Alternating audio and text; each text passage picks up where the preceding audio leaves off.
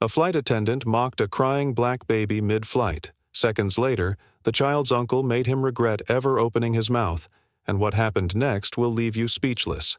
He mocked an infant's pain, mistaking cruelty for control. But every act of torment writes its own punishment. Subscribe if you believe justice always finds its way. The hum of the aircraft filled the cabin as Malik Forrester adjusted the seatbelt around his lap, his nephew Jalen resting gently in his arms. The flight attendants moved briskly through the aisles, the smell of disinfectant mingling with the faint aroma of coffee from the galley. Everything seemed to follow routine until Riley Corman appeared beside Malik's row, a tall, sharp-faced man whose posture carried the air of silent authority. His uniform was immaculate, not a wrinkle in sight, but his expression held something colder than professionalism. "Sir, please secure that bottle before takeoff," Riley said, his tone clipped, the words flat and mechanical.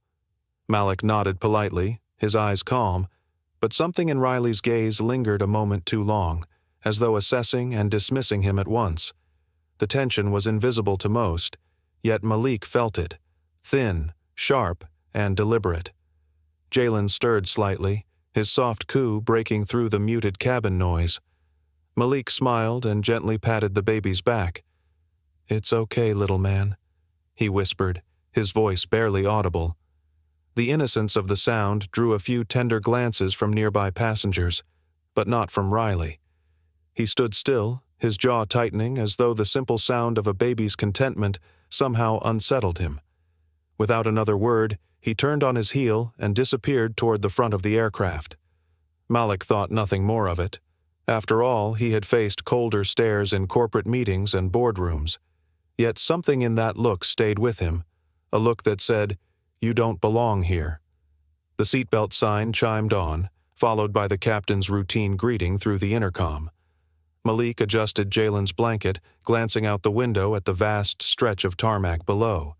The aircraft shuddered slightly as it began to taxi, the low rumble of the engines vibrating through the floor. He looked around. Most passengers had settled into a quiet rhythm, earphones in, magazines open, eyes half closed. The serenity of it made him relax, if only briefly. Still, in the back of his mind, the earlier tension sat unshaken, like a shadow waiting for the right light to stretch. A moment later, Riley passed again, making his way through the aisle. He stopped near Malik's row, glancing down at the baby. "Try to keep him quiet once we're airborne," he said in a tone that barely masked irritation. Malik blinked, caught off guard. "He's been quiet the whole time," he replied, his voice even, almost apologetic. Riley offered a smile, tight, insincere, more like a smirk than anything kind.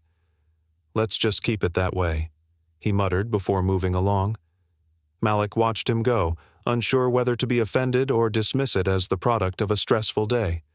Still, as an engineer, he trusted patterns, and this pattern, the curt remarks, the clipped tone, the subtle hostility, wasn't one he could ignore.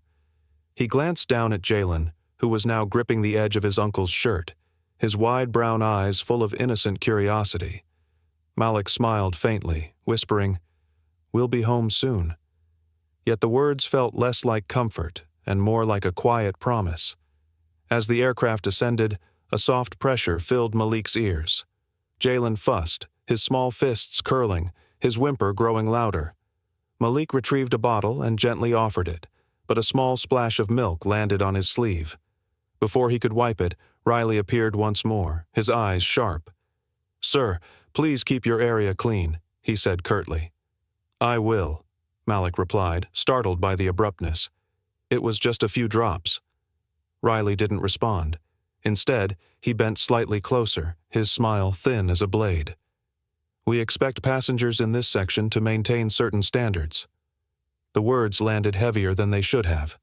Malik's heart ticked faster, not from fear, but from awareness. There was no mistaking the tone. It wasn't about a few drops of milk. It was about him. The subtle condescension, the measured disdain, he had seen it before, dressed in professionalism but dripping with prejudice. Still, he stayed calm, forcing himself to breathe evenly. "Understood," he said quietly. Riley gave a short nod and moved away, though his gaze lingered on the child for a second too long. Malik leaned back, exhaling slowly. Around him, the cabin lights dimmed to a soothing amber, signaling the start of cruising altitude. Outside, the clouds spread like a silver ocean beneath the plane. But inside, Malik's thoughts were anything but calm. He couldn't shake the sense that something about Riley's demeanor went beyond mere impatience. It was personal, though Malik couldn't yet understand why. He watched the attendant's movements from the corner of his eye, precise, mechanical, but charged with a tension that seemed to grow with every pass down the aisle. Jalen let out another soft cry, nothing more than a momentary discomfort from the change in air pressure. Malik gently rocked him, humming lowly, his patience unwavering.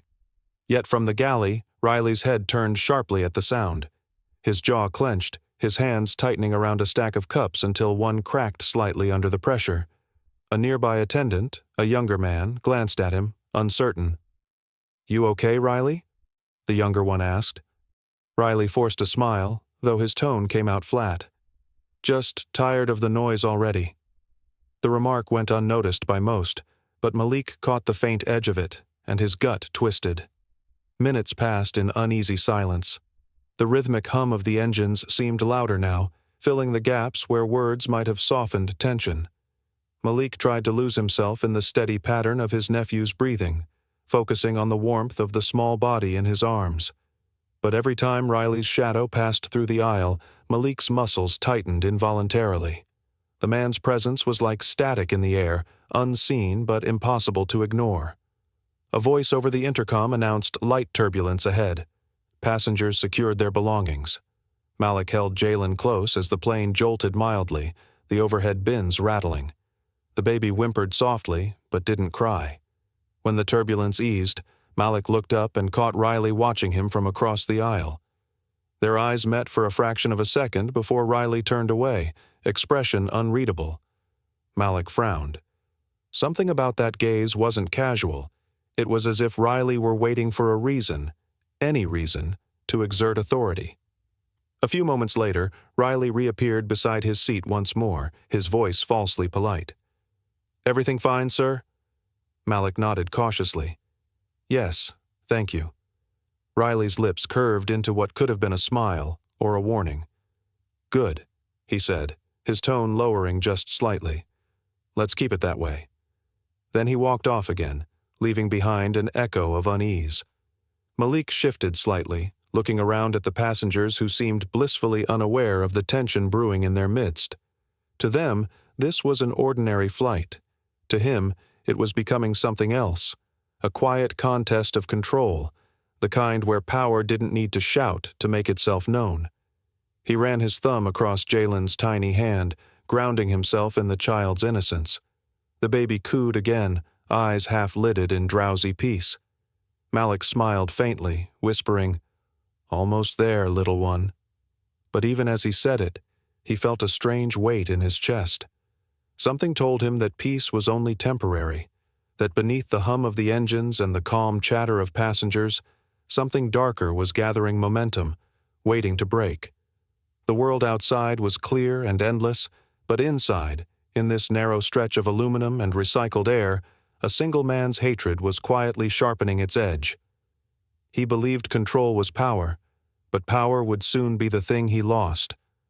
Malik barely registered the flick until it had already happened. Jalen's head jerked slightly to the side, and a sharp cry tore from the baby's throat. The sudden noise sliced through the cabin like broken glass. For a half-second, the sound of the engines and murmured conversation seemed to vanish into a vacuum, replaced only by the shrill wail of pain coming from the 10-month-old boy. Malik's heart jumped into his throat. He turned sharply, eyes locking onto Riley Corman's retreating back. The tall flight attendant moved down the aisle with an air of smug detachment, as if nothing had occurred. No flick, no cry, no pain. Malik looked down at Jalen in his arms. The baby's face was scrunched in agony, mouth wide as he cried uncontrollably, one tiny hand instinctively clutching at his left ear. Malik's stomach twisted as he noticed a faint red mark already beginning to bloom along the delicate curve of the lobe. The people seated nearby stirred. A middle-aged man in a gray windbreaker leaned slightly into the aisle, brow furrowed. A younger man with earbuds pulled one out and glanced over. A woman diagonally across the aisle blinked, unsure of what she had just seen. No one said anything. No one moved. Malik rocked Jalen gently, his voice low and trembling. "It's okay. It's okay, little man. I've got you." His hands were steady, but inside he was unraveling. Every protective instinct he'd ever known screamed at him, telling him to stand, to confront, to demand an explanation. But the cold practicality he had built his life on whispered restraint. He had seen how these things were spun, especially when a black man raised his voice. They always twisted it, aggressive, disruptive, overreacting. And he couldn't risk escalating, not yet. Still seated, Malik turned slightly in his chair and looked down the aisle. Riley had disappeared into the galley. The curtain swayed faintly where he'd passed through. Malik could still hear Jalen's sniffles and hiccuping sobs in his arms. He reached into the diaper bag and pulled out a soft cloth, dabbing gently at the ear. The red mark was small, but unmistakable. His mind raced. Was that deliberate? Was it meant as a threat? Or did he really think it was acceptable to put his hands on a baby? None of the answers made sense. A minute later, Riley returned, moving briskly down the aisle with practiced efficiency. He was checking overhead compartments, occasionally leaning over passengers with rehearsed apologies. But when he reached Malik's row, he paused just for a second. Their eyes met. Riley's smile was brittle, the kind that didn't reach his eyes. "Everything fine now, sir?" he asked smoothly, his tone soaked in condescension. Malik didn't answer. He only stared, his jaw set, Jalen cradled tightly against his chest. Riley's smile widened faintly, then he leaned closer, his voice dropping to a near whisper. "Maybe you should learn how to control your noise before others have to." It took everything Malik had not to react, not to speak, not to move. His arms tightened protectively around Jalen, and the baby whimpered again, burying his face in Malik's shirt. Riley straightened. "Enjoy your flight," he said with an exaggerated politeness, then turned to move on. And then it happened again. Faster than before, so quick it almost looked like a flicker of light, Riley reached down and flicked Jalen's ear, this time with unmistakable force. A soft popping sound was followed instantly by the baby's scream. Malik surged forward, one arm reaching out instinctively, but Riley was already a step back, holding both hands up in theatrical innocence. "Touch me," Riley said coldly, "and you'll be removed." Gasps rose from several passengers. A phone lifted into the air, recording. Someone whispered, "Did he just—" Jalen's ear now had a visible welt, and Malik could see a small line of blood trailing from the edge of the lobe. It stained the side of the baby's neck, shocking in its color against the child's soft brown skin. A man 2 rows ahead stood halfway, looking back and forth between Riley and Malik. "Hey, what's going on back there?" he called, voice uncertain. A woman behind Malik clutched her seat arm, biting her lip. The cabin, once filled with quiet hums and rustling pages, had turned into a taut wire of tension. Malik couldn't move. His breath came shallow, not out of fear, but restraint. His entire being trembled with fury he couldn't release. This is what they want, a moment they can spin. He forced himself to sit down, slowly, deliberately. He wiped Jalen's cheek again, his hand gentler than ever, even as his mind ignited with precision. He reached down and clicked the flight attendant call button. Once, twice. A chime echoed through the cabin. In the distance, Riley turned to glance back. His smirk was back. But Malik didn't look away. He didn't know that the first flick was just the opening note of a storm. Under the dim overhead lights of the cabin, Riley's hand struck again. A sharp flick, harder this time, landed squarely on the swollen edge of Jalen's ear. The tiny body in Malik's arms recoiled, and a piercing cry erupted from the infant's throat, louder and more urgent than before. Blood began to bead at the torn skin of the baby's earlobe, glinting under the sterile cabin lighting. For a second, everything stood still. Then the murmur of gasps spread like a wave across the nearby rows. Malik's hand shot forward on instinct, his fingers inches from Riley's uniform collar before he stopped himself. His entire body trembled, not with fear, but with something deeper. A cold, steady fury rooted in disbelief. His chest rose and fell in tight, controlled motions, trying to hold back an explosion he knew the crew would use against him. Riley had already stepped back, smugness lining every inch of his face, his voice low and calculated. "Touch me," he said, his tone cold as a blade, "and you'll be removed." Malik didn't speak. Couldn't. The cry of his nephew, still echoing in his ears, was louder than any words he could form. His grip tightened protectively around Jalen, whose cheeks were now wet with tears and whose tiny fists clenched helplessly against Malik's shirt. Blood had smeared across the blanket from where the baby had rubbed his face in pain. Malik's heart thundered, but his mind remained razor-sharp. He had just witnessed something vile, something he could neither forgive nor ignore. Several passengers in the surrounding seats had turned now, some in alarm, others frozen in a strange paralysis. One man 2 rows ahead craned his neck, then quickly pulled out his phone, subtly angling it toward the aisle. A woman across the row whispered to her companion, who glanced back, his brow furrowed in concern. No one had intervened yet, but the silence had cracked, and Malik felt it. Riley, however, seemed unaffected. He straightened his tie, glancing casually at the nearby passengers as if nothing had occurred. He offered a plastic smile to one of them and turned back to Malik. "Is there anything else you need, sir?" he asked with mock politeness, the word "sir" bending at the edge of sarcasm. Malik didn't answer.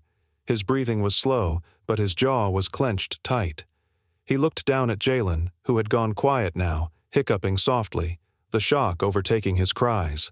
Blood trickled down the child's neck, staining the collar of his onesie.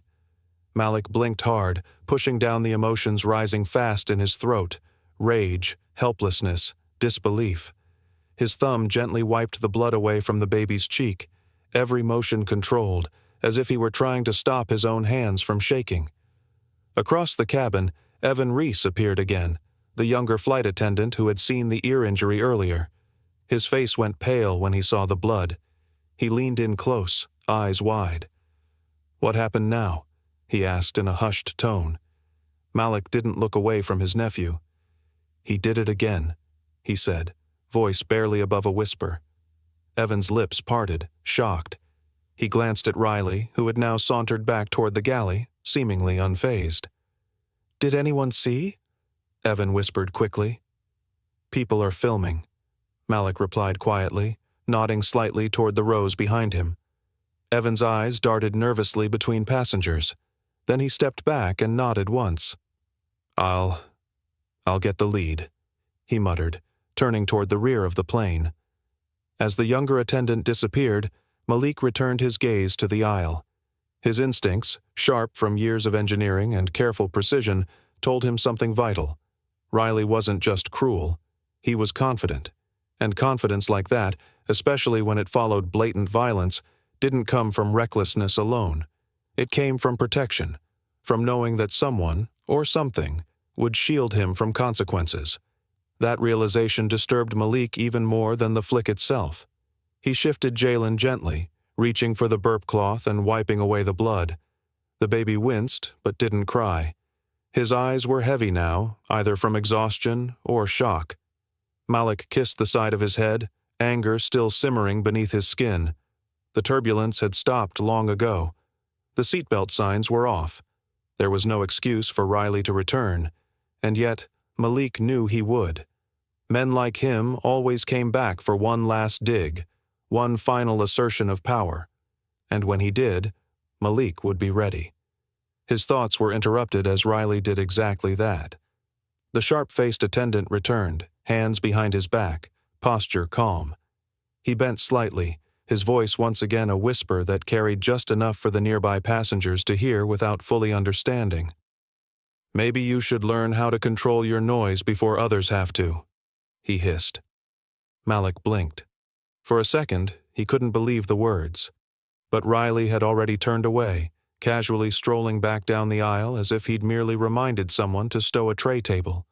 There was no more doubt now, No misunderstanding, no chance this could be chalked up to stress or miscommunication. This was targeted, deliberate, malicious. Malik looked around again.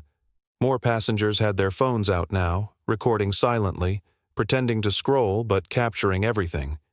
He made eye contact with one man near the emergency exit row, who gave him a subtle nod. The pieces were falling into place. The witnesses, the footage, the blood. Riley thought this moment would end with Malik breaking, raising his voice, lashing out, being escorted off the flight and labeled as unruly. But Malik wasn't going to give him that. He adjusted Jalen once more, now calmer than before, not because the pain had lessened, but because his mind had locked onto a new objective.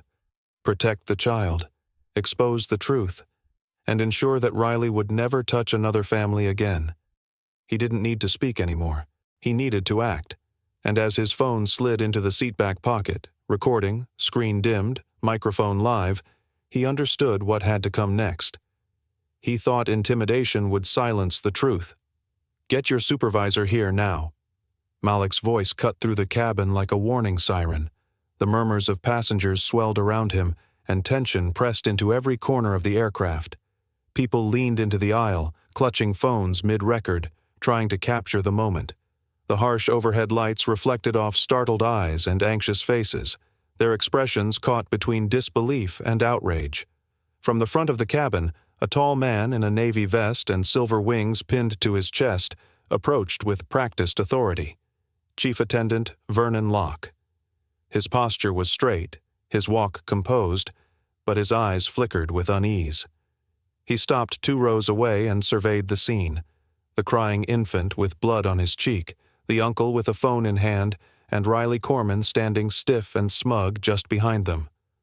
"Sir," Vernon said, his tone carefully even, "we understand there's a concern, but we need you to lower your voice. Let's try to de-escalate this situation." Malik didn't sit. He pointed directly at Jalen's cheek, the blood now drying along the curve of his tiny ear. His voice trembled, not with fear, but restraint. "That man flicked my nephew's ear.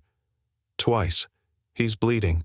You have passengers recording this and you're telling me to calm down?" Vernon's eyes darted toward Riley, who tilted his head slightly, feigning confusion.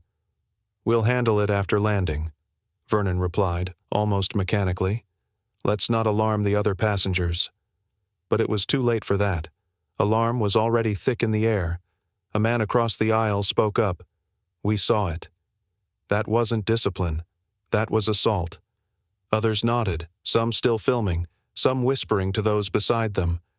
One older gentleman in a suit shook his head in silent disapproval. The cabin had become a stage, and the crew's inaction was now under spotlight. Riley leaned forward slightly, his voice low but audible. "You see? They always overreact." His smirk returned, subtle but unmistakable. Malik heard every syllable. For a moment, the fury surged, sharp, dangerous, but he didn't let it show. Instead, something inside him cooled, hardened. The realization wasn't a flash of anger. It was the sobering weight of clarity. This wasn't just about Riley. It wasn't just about his nephew's pain. It was about a system that folded its arms when it should have stepped forward. A system that muted screams with procedure and diluted justice with protocol. He slowly pulled his phone from the seat pocket. His hands no longer shook. He turned on the recorder, angled it just enough to capture faces, voices, and tension. Every second counted now.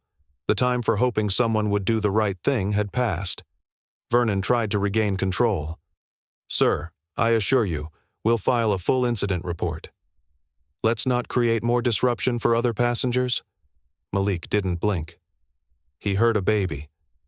And you're calling this a disruption?" His voice, though low, carried a weight that silenced the rows nearby. Even Jalen had quieted, exhausted from crying, resting against Malik's chest. Riley took a step back, adjusting his tie, attempting to look busy with anything other than confrontation. His eyes met Vernon's, and though no words were exchanged, the silent communication was clear. Stall, deflect, minimize. "Passengers, please return to your seats. Vernon announced suddenly, raising his voice. "We are beginning initial descent. Flight crew will assist you shortly." It was a deflection. Malik knew it. The passengers knew it. One man 2 rows ahead called out, "This needs to be reported now. We're not going to pretend this didn't happen." Vernon offered no response. His mask of composure was slipping. Malik shifted slightly in his seat, careful not to jostle Jalen. He continued recording, tilting the camera toward Riley's face, then to Vernon, then back to his sleeping nephew, the evidence plain across his wounded skin. He captured everything, their voices, the silence that followed, and the atmosphere of denial settling like dust. The lights inside the cabin dimmed slightly as the plane prepared for descent, but Malik's eyes remained focused. He wasn't panicking anymore. He was documenting, because if the system refused to shout, then he would make sure the whispers became thunder. He no longer shouted for justice. He started collecting it.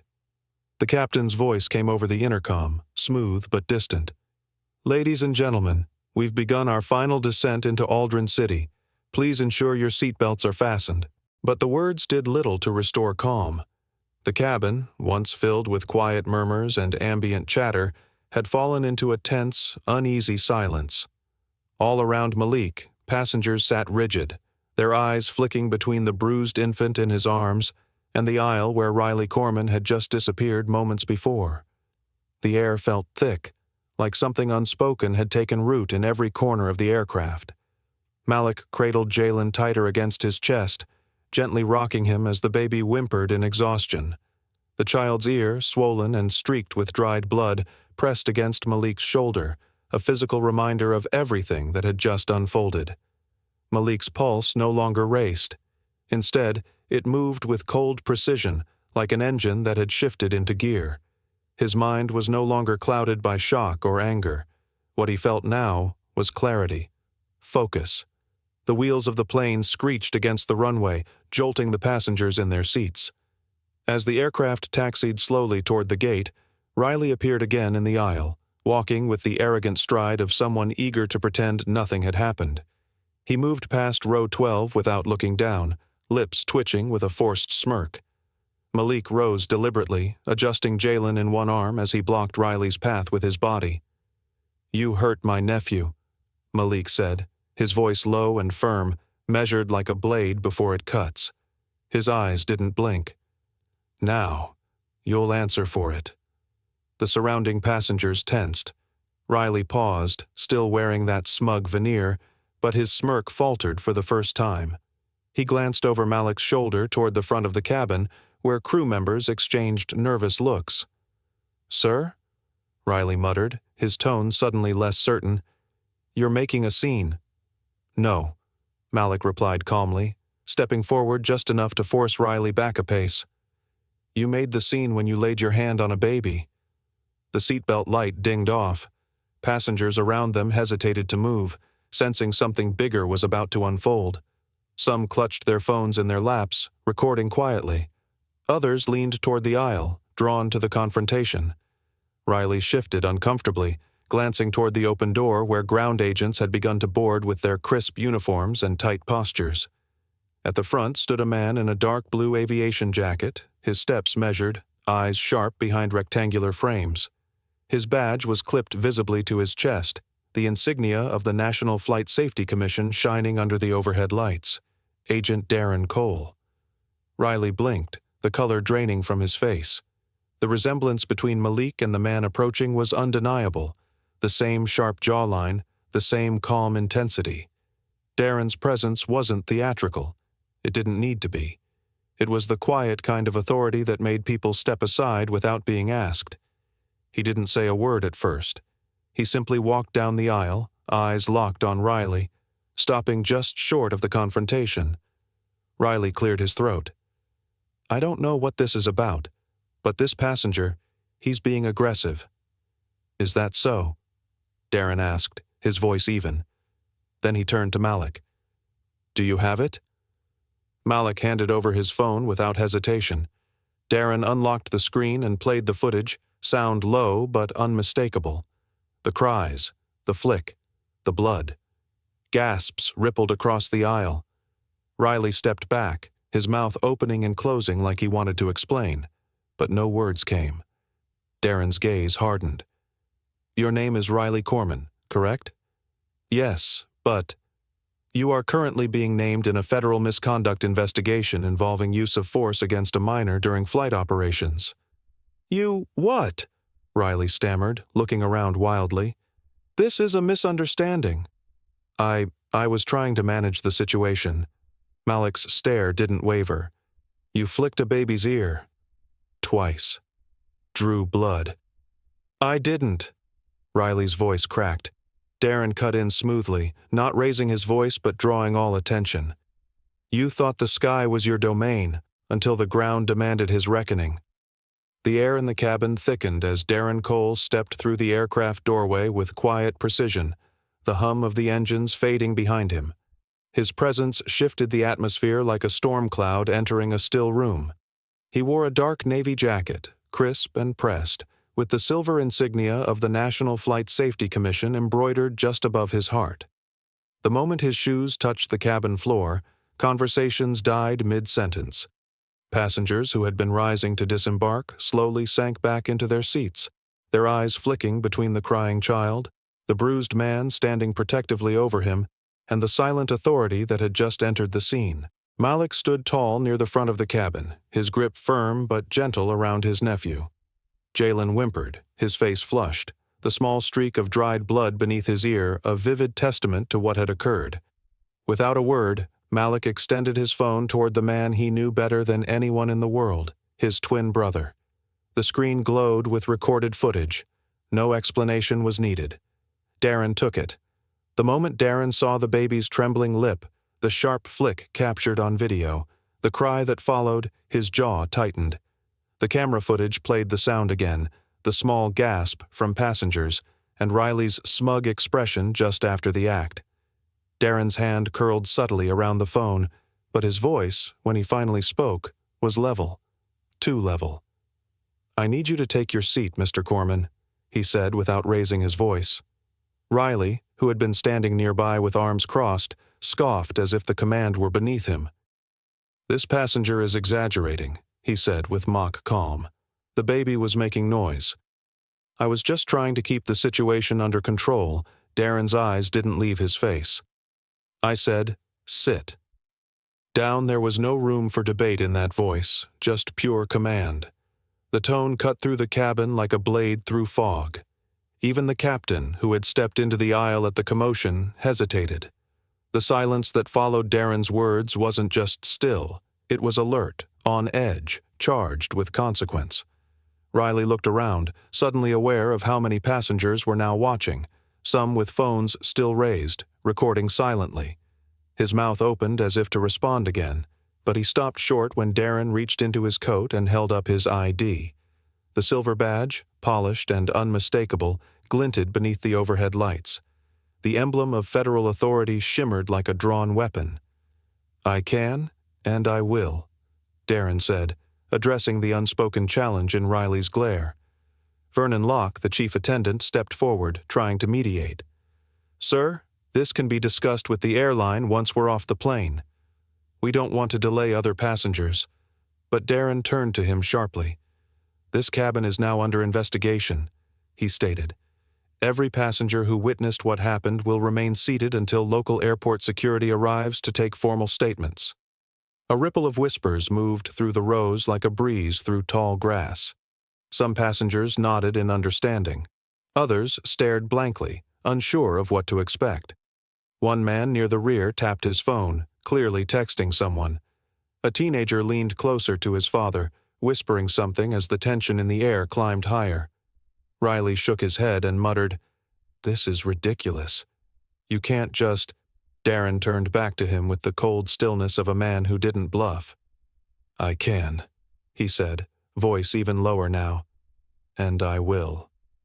Riley's defiance cracked for the first time, just slightly, as he looked from the badge to the phone in Darren's hand, then to the child still crying softly in Malik's arms.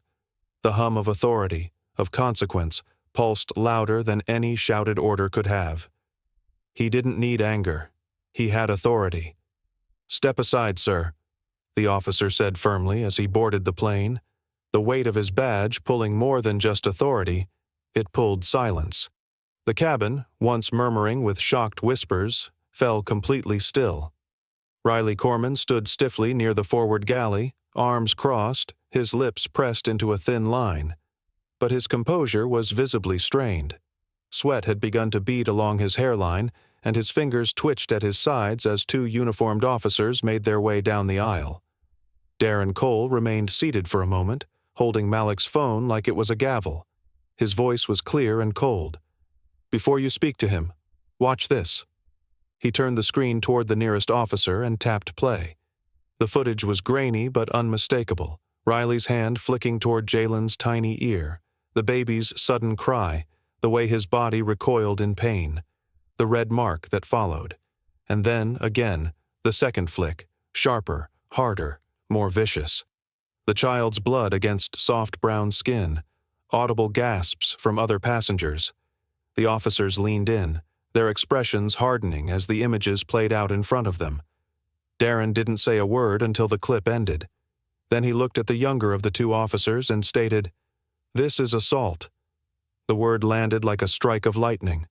Malik, sitting beside Darren, inhaled sharply.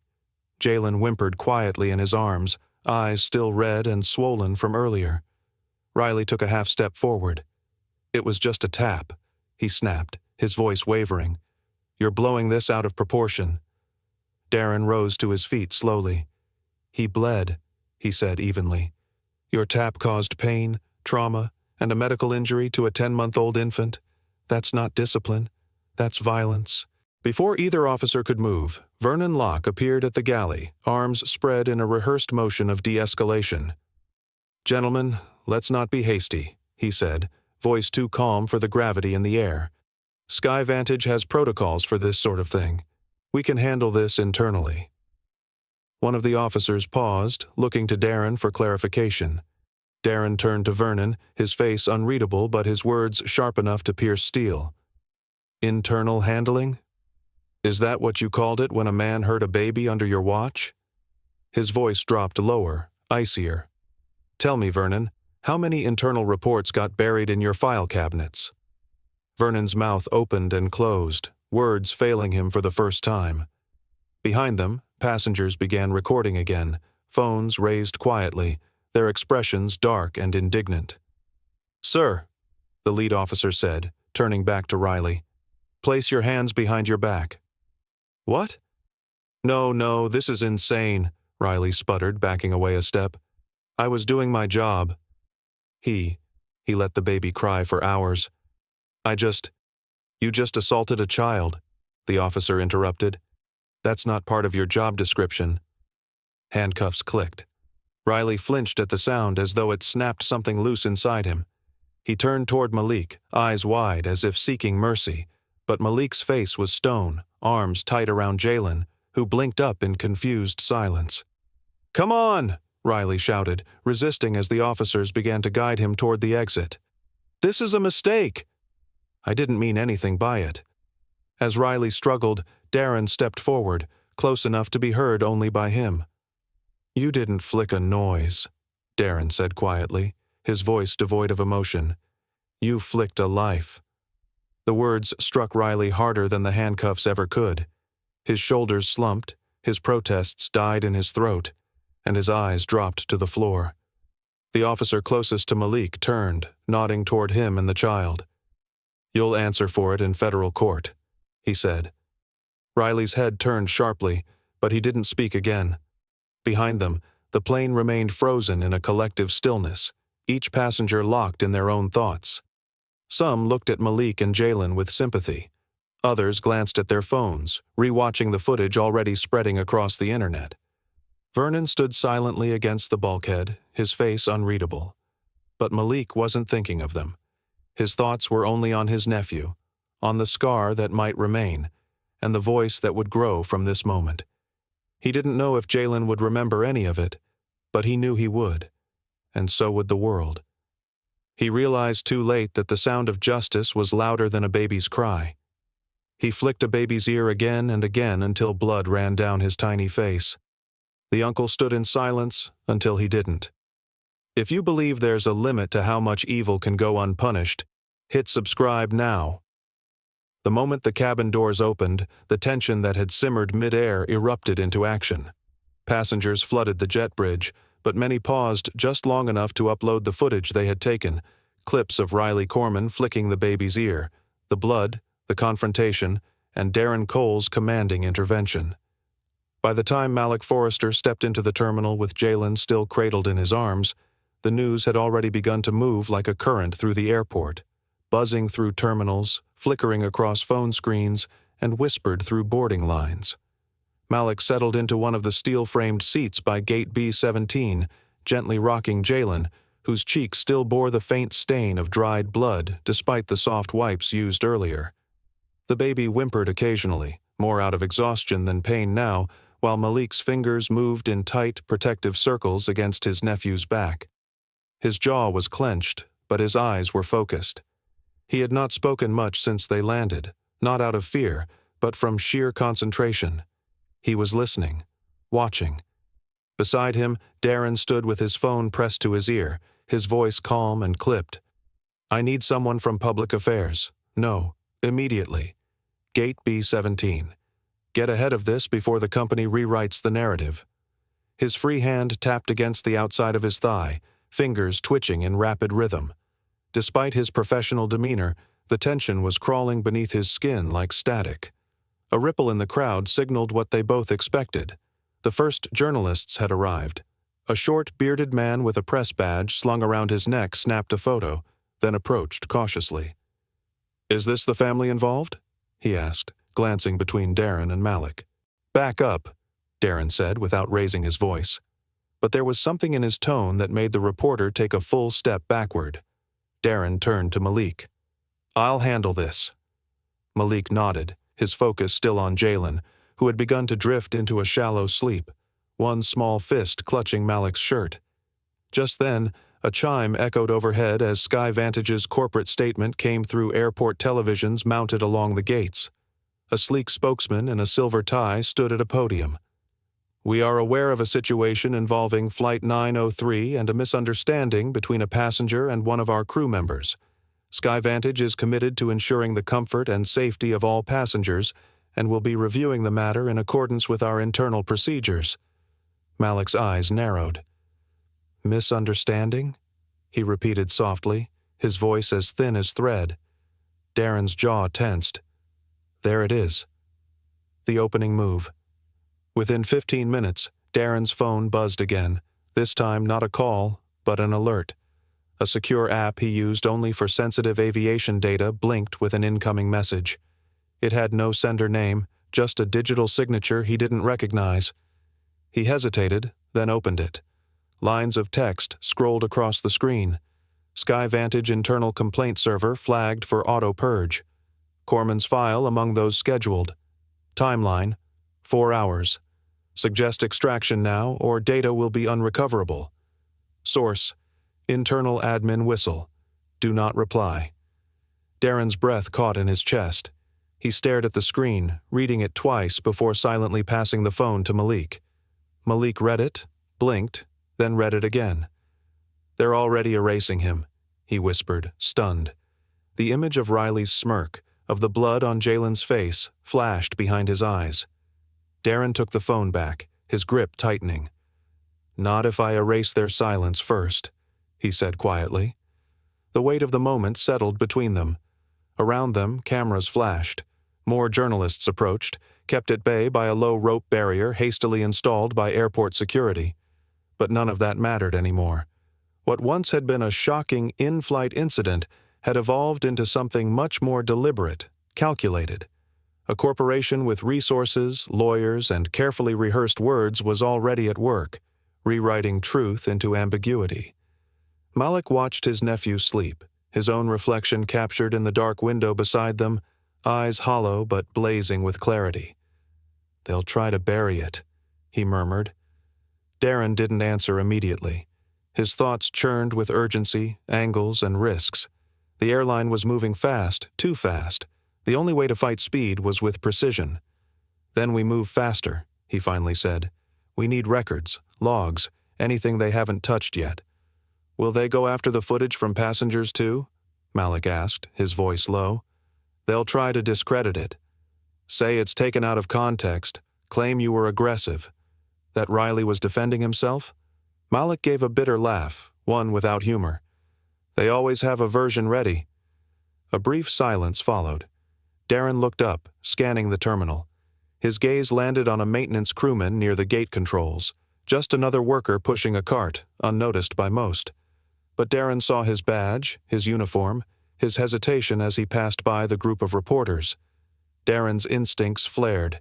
He stepped forward slightly and whispered, "We're not the only ones watching this unfold."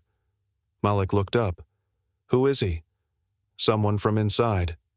Or someone trying to get something out. Darren pulled out his secondary phone, one linked to his private investigative network. His fingers moved quickly as he typed out a secure broadcast request. Flag all systems linked to SkyVantage Flight 903. Look for anomalies, purges, deletions. Priority red. As the screen confirmed the request, he turned back toward Malik and lowered his voice. This isn't just about Riley anymore. It never was, Malik replied. They exchanged a glance of shared resolve. Brothers, not just by blood, but by experience. The baby stirred softly in Malik's arms, sighing as though sensing the storm that still lingered in the air. Darren looked toward the towering windows of the terminal, where the nose of Flight 903 was still visible on the tarmac, bathed in artificial light. They think this ends here, he said under his breath. They don't realize this is just the opening chapter. And as Malik cradled his nephew closer, Darren reached for the encrypted drive clipped to his belt, eyes set on what had to come next. He understood that the battle wasn't over, it had just moved to the shadows. Darren Cole stood silently across from Director Calvin Rusk, the door to the office clicking shut behind him. The walls were lined with framed commendations and corporate slogans, but none of them meant anything in that moment. The morning sunlight filtered through the blinds in pale slats, cutting across the floor like quiet prison bars. Rusk leaned back in his chair, fingers steepled in front of him. His expression was unreadable, calm in the way that only someone used to sidestepping accountability could manage. We're not going to let one incident tank the entire aviation sector's trust, Rusk began, his voice smooth but cold. Let the airline conduct its internal review. You've made your point. Darren didn't flinch. He remained standing, badge clipped to his belt, one hand resting calmly on the folder he had brought. He opened it slowly, revealing printed communication logs, redacted reports, and a highlighted sequence of deleted complaints, all pointing to Riley Corman's history of aggressive behavior. This isn't just about one incident, Darren said, his tone firm but not raised. There were 3 documented reports, all purged. And they weren't from passengers, they were from crew. Rusk's eyes narrowed slightly, but his posture didn't change. And what exactly do you want me to do with this? We're in the middle of an unstable media cycle, Cole. I've got politicians breathing down my neck and industry leaders watching for blood.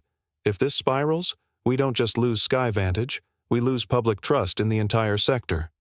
The public's trust should depend on transparency, not silence, Darren replied, the words cutting through the thick atmosphere of the room. Rusk's voice dropped, now less measured. Drop it, Cole, or your clearance is gone by morning. For a moment, the silence in the room was deafening. Darren stared at him, the words echoing like a cold slap. But he said nothing. He closed the folder carefully, tucked it under his arm, and turned for the door. Rusk didn't stop him. Outside, the hall felt colder than usual, as if the building itself had rejected integrity. Darren moved down the corridor without pause, though inside, a quiet fire had begun to grow, controlled but steady. His mind wasn't racing. It was sharpening.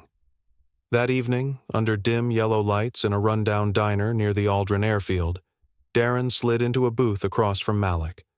The older brother looked exhausted. A dark cap covered his head, and Jalen's baby bag sat beside him like a shield. His eyes carried the same fatigue Darren felt, but behind it was something deeper, clarity born of survival. They're trying to bury it. Darren said quietly, sliding a copy of the folder across the table. His voice was low, almost emotionless, but the tension clung to every word like condensation on glass. Malik didn't speak at first. He opened the folder, scanned the pages with steady hands, then looked up. "Then we dig." Outside, a plane roared in the sky overhead, its belly reflecting the diner's neon sign. Darren's gaze didn't follow it. Instead, he leaned in. "There's a window, before they encrypt the logs. Every plane has a black box communication system. If we can access the maintenance port, we can retrieve the data before the daily sync cycle triggers." "You still have access?" Malik asked, his voice careful. Darren nodded. "For now. But if Rusk wasn't bluffing, I won't by tomorrow." Malik leaned back, folding his arms. "If we do this, we do it clean. No mistakes." Darren allowed a rare smile, but it didn't reach his eyes. "You think I'd let someone flick your son and walk away with a pension?" The silence between them settled like a pact. Their plan was simple, but dangerous.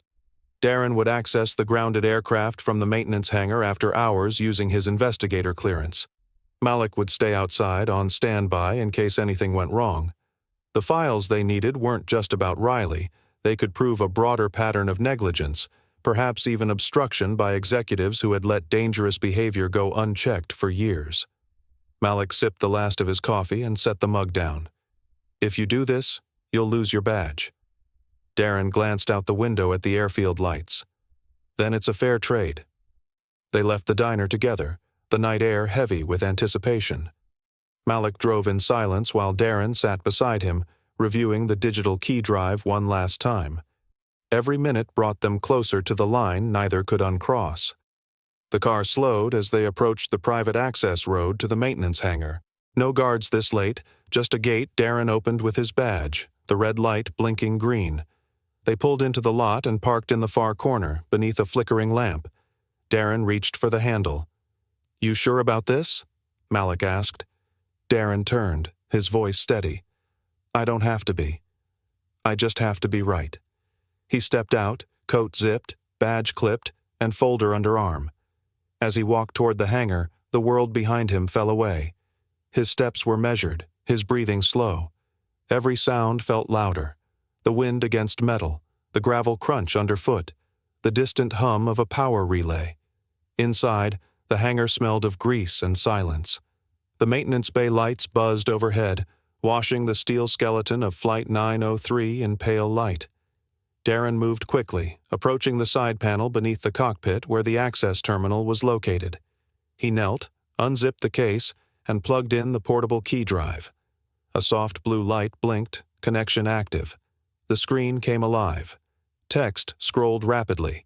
Internal crew logs, passenger service notes, behavioral reports. He watched as the data poured into the drive, line by line. Then, halfway through the process, a new sound echoed from the far end of the hangar. Footsteps. Darren stiffened, then slowly stood, keeping his hand on the drive as he turned. A figure emerged from the shadows, tall, older, wearing a long coat and holding a phone. Vernon Locke. "You should have stayed out of this," Vernon said quietly, voice echoing across the empty floor. "The company doesn't forgive leaks." Darren's grip on the drive tightened. "I could say the same about harming children." Vernon raised the phone slightly, thumb hovering over the screen. "You're under surveillance, Cole. You think this ends with a flash drive?" But before he could act, a voice rang out from Darren's coat pocket, clear and loud. "He's live on the call, Vernon. This entire hangar feed is recording."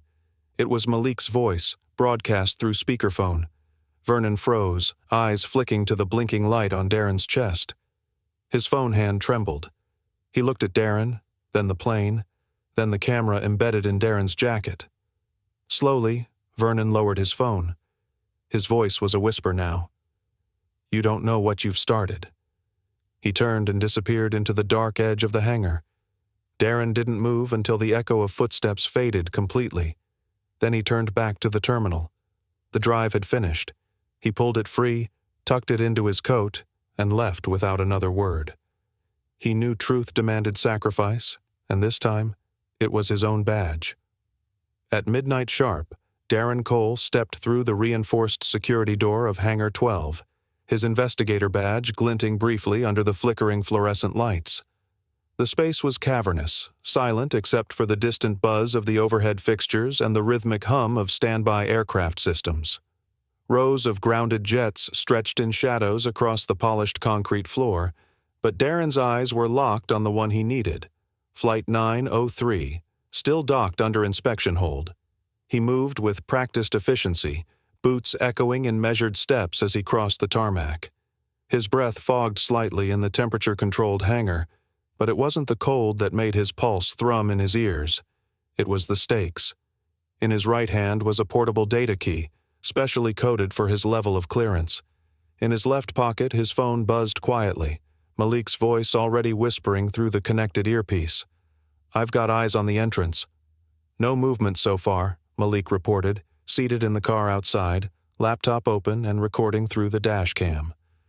"Keep the feed rolling," Darren replied calmly, his voice barely above a breath as he reached the underbelly panel of the aircraft. With a practiced motion, he opened the secured service hatch and connected the data key to the aircraft's diagnostic terminal. Lines of code immediately flickered across the embedded screen. Crew logs, maintenance notes, internal communications. They poured in faster than his eyes could follow. He wasn't just looking for confirmation of Riley's misconduct.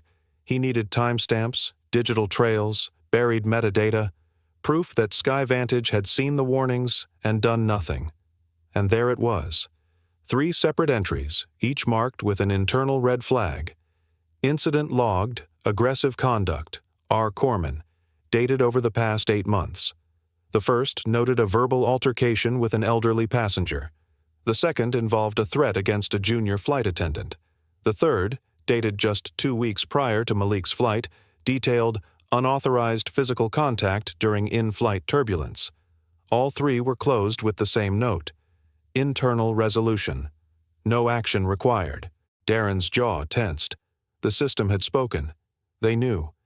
Just as the final set of files began transferring to the portable drive, a soft, unmistakable sound cut through the stillness. Footsteps. Not his own. Not an echo. He froze. The footsteps grew louder, unhurried, deliberate. Darren unplugged the drive from the panel and straightened. The moment he turned, his eyes met the figure emerging from the shadowed maintenance corridor. Vernon Locke. The chief attendant's silhouette was sharp against the sterile white lighting, his face half lit, half swallowed by darkness.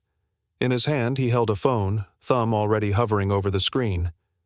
"You should have stayed out of this," Vernon said quietly, his voice carrying a measured calm, like a man who'd delivered this warning many times before. "The company doesn't forgive leaks." Darren didn't flinch, though every nerve in his body screamed to move. His grip on the data drive tightened, thumb brushing the cool metal.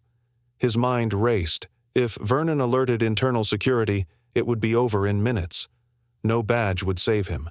The files would be confiscated, wiped, and any hope of exposing the truth buried beneath 1,000 non-disclosure agreements. "You don't have to do this," Darren said slowly, eyes locked onto Vernon's. "You can walk away. Say you didn't see me. No one needs to lose more tonight." Vernon tilted his head, a thin smile playing at the corner of his lips. "You still don't get it, do you? This isn't about one bad apple. It's about keeping the tree alive. You pull out the rot, the whole thing collapses." Before Darren could respond, Vernon's thumb moved toward the screen, and then Malik's voice, sharp and clear, cut through the air from Darren's jacket pocket. "He's live on the call, Vernon."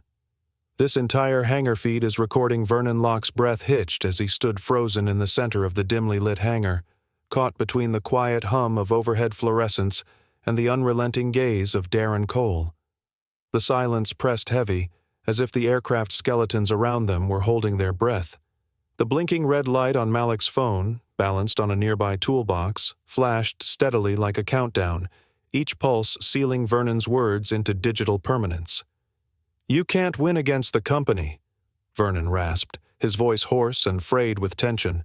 His fingers gripped the edge of his coat as if bracing for impact. His eyes flicked toward the phone, then to Darren's face, where resolve had carved itself into every line. Darren didn't flinch. He took a slow step forward, the metal floor groaning faintly under his boots. "Then maybe the company shouldn't have hired men like Riley," he said, each syllable deliberate, low, and cold. The air between them tightened. On the phone's speaker, Malik's voice emerged, measured but crackling with barely restrained fury. "You're already recorded, Vernon. Walk away while you still can." The words hit harder than a threat. Vernon's posture sagged slightly, the weight of consequence beginning to press on his shoulders. His mouth opened as if to argue, but nothing came out. His mind scrambled for a way out, some legal escape hatch, some policy he could invoke, but found only the blinking light and the knowledge that his name was now tied to the truth. A long moment passed. Then, slowly, Vernon lowered his phone. His fingers hovered above the power button, then recoiled. With a frustrated exhale, he let it drop to the floor. The device hit the ground with a soft clatter that echoed across the hangar like a final admission of defeat. "You don't know what you've started," he muttered, not looking at either of them. His voice was quieter now, defeated, yes, but also laced with something darker. A warning. A ripple of a storm still gathering strength in the distance. Darren's eyes didn't leave him, but his hands relaxed slightly, enough to reach into his jacket and secure the data drive he had just extracted from the aircraft terminal. The thin device now pulsed with value, encrypted files, logs, and evidence too long buried under bureaucracy and silence. Vernon turned and stepped backward into the shadows, his silhouette gradually swallowed by the metallic ribs of the hangar's steel frame. He didn't look back. Darren waited until the footsteps faded completely before letting out a long, controlled breath. The adrenaline in his limbs hadn't faded. It merely sank deeper into his bones. Every nerve felt like a loaded wire, ready to snap. But the mission, this mission, was still intact. He pocketed the drive and turned toward the exit, boots echoing softly across the corrugated flooring. The steel door groaned as he pushed it open, revealing the cold breath of midnight air curling in from the tarmac. Malik sat in the car, engine humming quietly, headlights dimmed. His eyes found Darren's the moment he stepped out. No words passed between them as Darren slid into the passenger seat, but their silence was not empty. It was dense with understanding. Malik glanced at the side mirror, then shifted the car into gear, merging with the access road that led them away from the hangar and the secrets it held. Street lamps flicked by like metronomes of tension. Neither man spoke. The weight of what they had retrieved and what they had risked clung to them like a second skin. As the city lights drew closer, Malik's hands stayed steady on the wheel, but Darren could see the exhaustion beneath his brother's calm. It wasn't just the day, it was the years. Years of enduring systems built to protect power instead of people. Years of watching others suffer in silence. Years of knowing that one wrong step could silence them forever. They arrived at Malik's modest home, nestled in a quiet suburb where porch lights flickered gently and crickets murmured in the bushes. Darren followed him inside, the warmth of the living room a sharp contrast to the sterile cold of the hangar. Jalen lay asleep in a small crib tucked beside the sofa, a soft white gauze wrapped gently around his ear. The child's chest rose and fell in peaceful rhythm, unaware of the battles being fought in his name. Darren knelt beside the crib, resting his arms on the edge. His voice was almost a whisper. He won't grow up thinking people like that can touch him without consequence. Behind him, Malik stood silently, watching. The glow from the hallway framed them both as protectors, witnesses, and now, unwilling warriors in a fight they never sought, but would never run from again. Darren looked at the child one last time before rising. As he turned toward the hallway, his thoughts churned, not with doubt, but with the understanding that what they had set in motion tonight was no longer just about justice. It was about transformation. He didn't know yet that the consequence was about to echo louder than either of them expected. The morning sunlight barely warmed the concrete steps outside the courthouse, but the firestorm inside the media world was already blazing. National headlines erupted with one name, Sky Vantage. Screens in cafes, airport lounges, and office lobbies all flashed the same footage, grainy but damning. Darren Cole's data leak had hit the airwaves, and with it came years of buried truth. Anchors read off bullet point lists, ignored complaints, suppressed reports, repeated offenses. One banner headline surged across every major outlet. Inside Sky Vantage, silence over service. In a modest downtown hotel room turned temporary command center, Darren sat in front of a cluttered desk, eyes scanning headlines, his phone vibrating every few seconds with new messages. Malik paced behind him, carrying Jalen gently in one arm. The baby stirred in his sleep, unaware of the storm that had broken loose in his name. "They're trying to get ahead of it," Darren said, scrolling through Sky Vantage's public statement. "We are shocked and deeply concerned, cooperating fully." It's damage control. Classic corporate tone. "They were never shocked," Malik replied quietly, adjusting the blanket over Jalen's ear. "They were silent." "That's not the same." Darren looked up. "They won't stay silent much longer." Especially not with this. He held up a second drive, this one filled with the full set of verified black box logs, internal emails, and audio clips. An hour later, they met with Jonas Reed, an investigative journalist with a sharp pen and a reputation for never flinching. Jonas, a lean man in his early 40s with sunken eyes and a quiet voice, listened as Darren laid out the evidence on a wide table in the back room of the city's largest independent news outlet. "This is deep," Jonas murmured, flipping through printouts. "And dirty. You're talking about years of falsified files, reassigned flight staff, and suppressed whistleblowers. You realize what happens when this goes live?" Darren didn't blink. "Yes, and we're not walking it back." Jonas leaned back in his chair. "Then let's light the match." By noon, snippets of the internal communications appeared online, redacted just enough to protect sources but still shocking. Whistleblowers came out of hiding.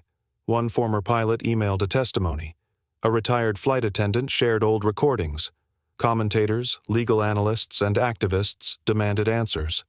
The narrative had shifted. This wasn't just about one flight anymore.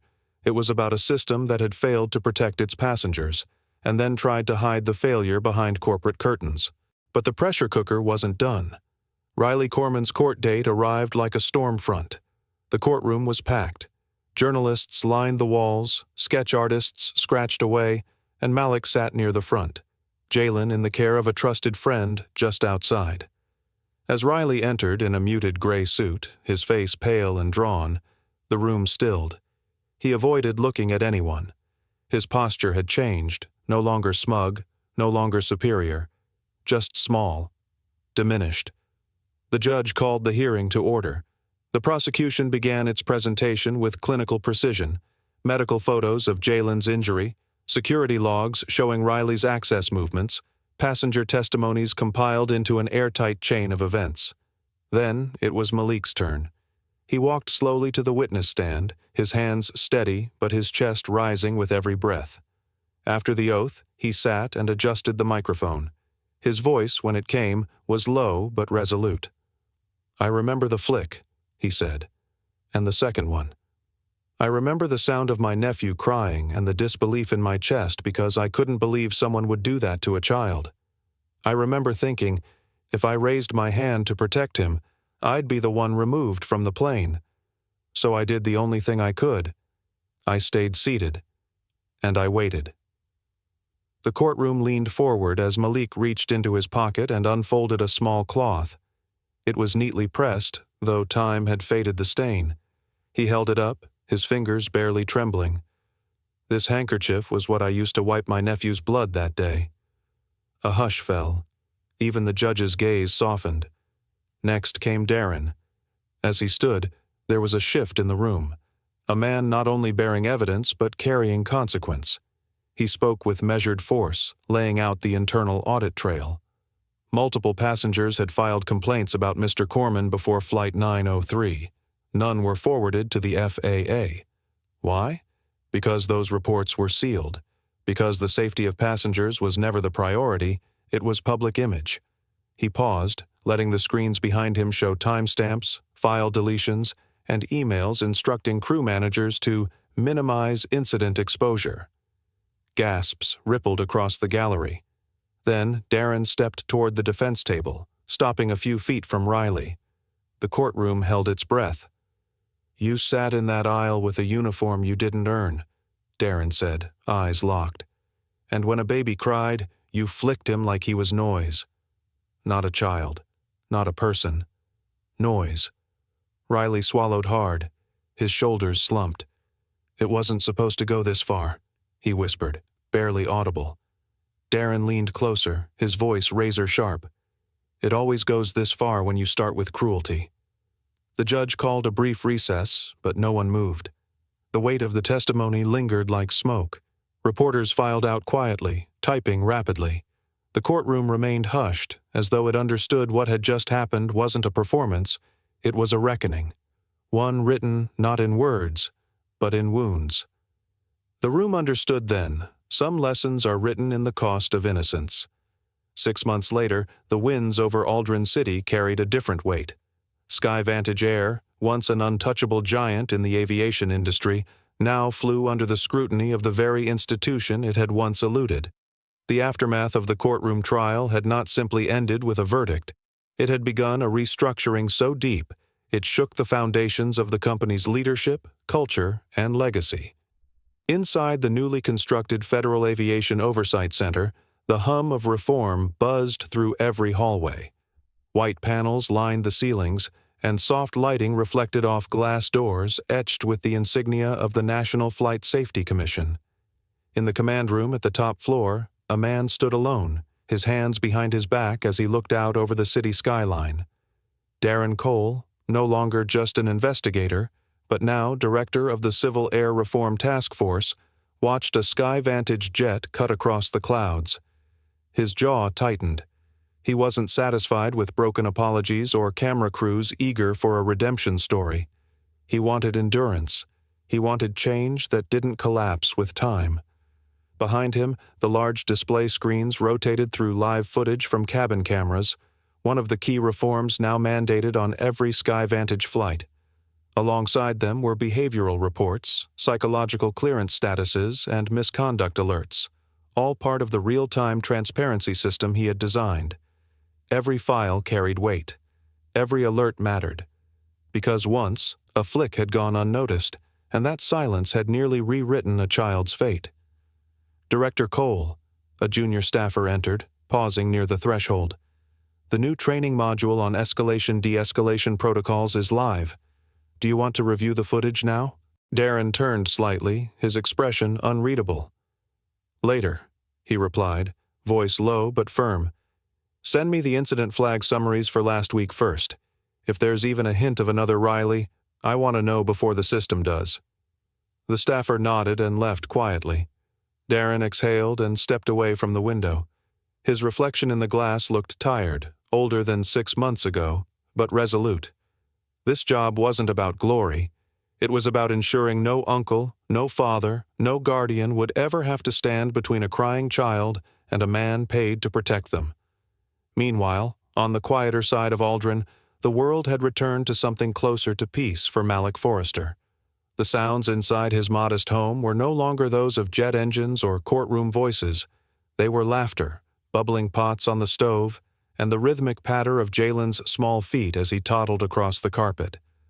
Malik had resumed work at the aerospace firm where he'd first designed cabin airflow systems, though he now also led weekend seminars at a small nonprofit he helped establish, Fathers in Flight, a program teaching young dads about advocacy, rights, and resilience. It wasn't a loud life, but it was a life re-centered by clarity. One gray afternoon, as light rain misted the windows, Malik stood at the kitchen counter preparing a bottle. The television played softly in the background, a news anchor referencing Sky Vantage's new oversight board appointments. He barely glanced at it. Instead, his attention drifted to the soft knock on the front door. Opening it, Malik was greeted by a familiar face, Darren, dressed in his navy trench coat, a file tucked under one arm. But there was no briefing today, no headlines to chase. Just family. "You're early," Malik said, smirking slightly. Darren raised a brow. "And you still haven't changed that doorbell battery?" They exchanged a short laugh, and Darren stepped inside, carefully placing the file on the nearby table. He bent to unlace his boots, but paused as a tiny hand tugged at his coat.